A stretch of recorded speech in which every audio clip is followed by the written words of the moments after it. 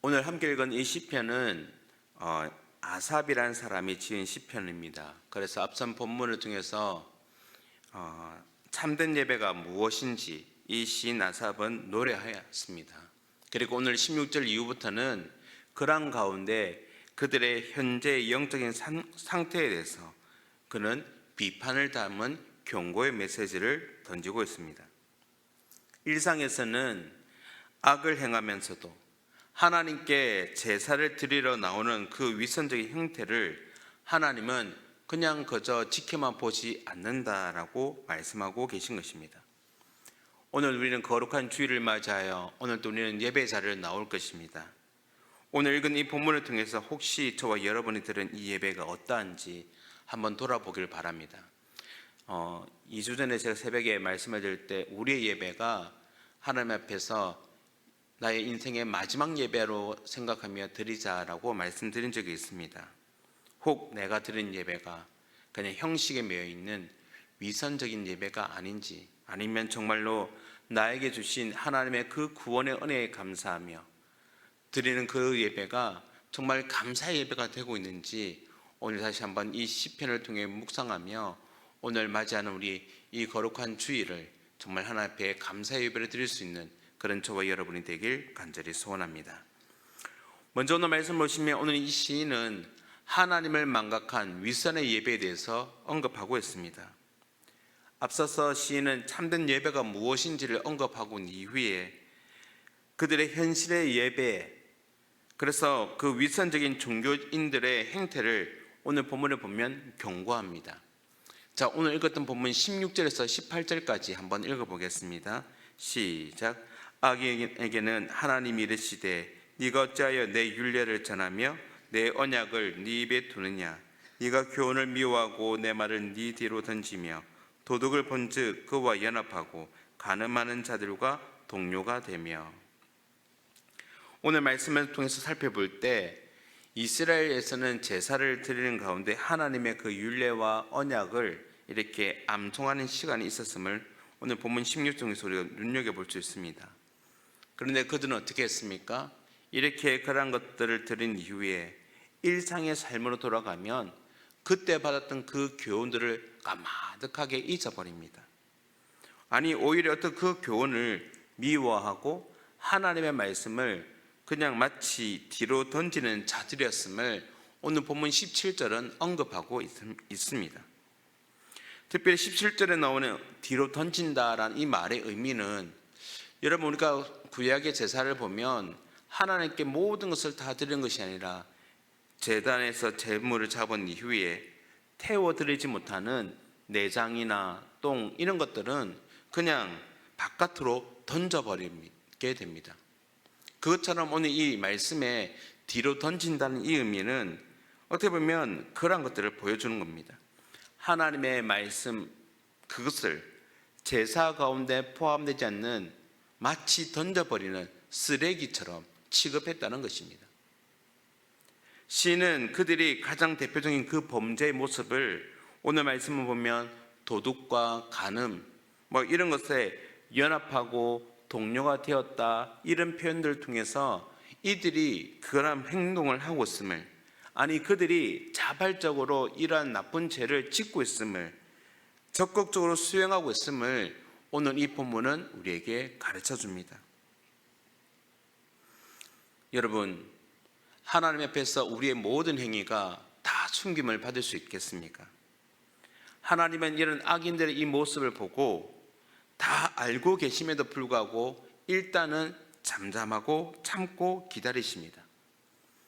하지만 그 참으심이 영원하지는 않습니다. 하나님이 벌을 내리시기 전에 회개하고 돌이키지 않는다면 하나님은 그 죄를 그들의 눈앞에 낱낱이 공개하고 드러내실 것입니다. 그래서 오늘 본문 21절은 이렇게 말씀하고 있는 것입니다. 네가 이 일을 행하여도 내가 잠잠하였더니 네가 나를 너와 같은 줄로 생각하였도다. 그러나 내가 너를 책망하여 네 죄를 네 눈앞에 낱낱이 드러내리라 하시는도다. 하나님은 일단은 참고 계십니다. 우리가 예배 가운데 하나님께 고백했던 그 모든 것들을 실천하지 않는다 할지라도, 때로는 우리의 일상의 삶 가운데 죄가 여전히 가득할지라도 하나님이 당장은 벌을 내리시지 않으십니다. 하지만 어떻습니까?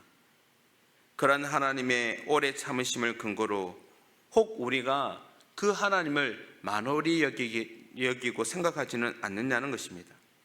그래서 그쳐야 될 그 범죄를 계속 행하고 하나님의 말씀을 마치 쓰레기처럼 여기지는 않는가라는 것입니다. 결국 그런 자들에게 무엇이 임합니까? 하나님의 엄중한 심판이 있을 것을 오늘 이 본문은 우리에게 가르쳐주고 있는 것입니다.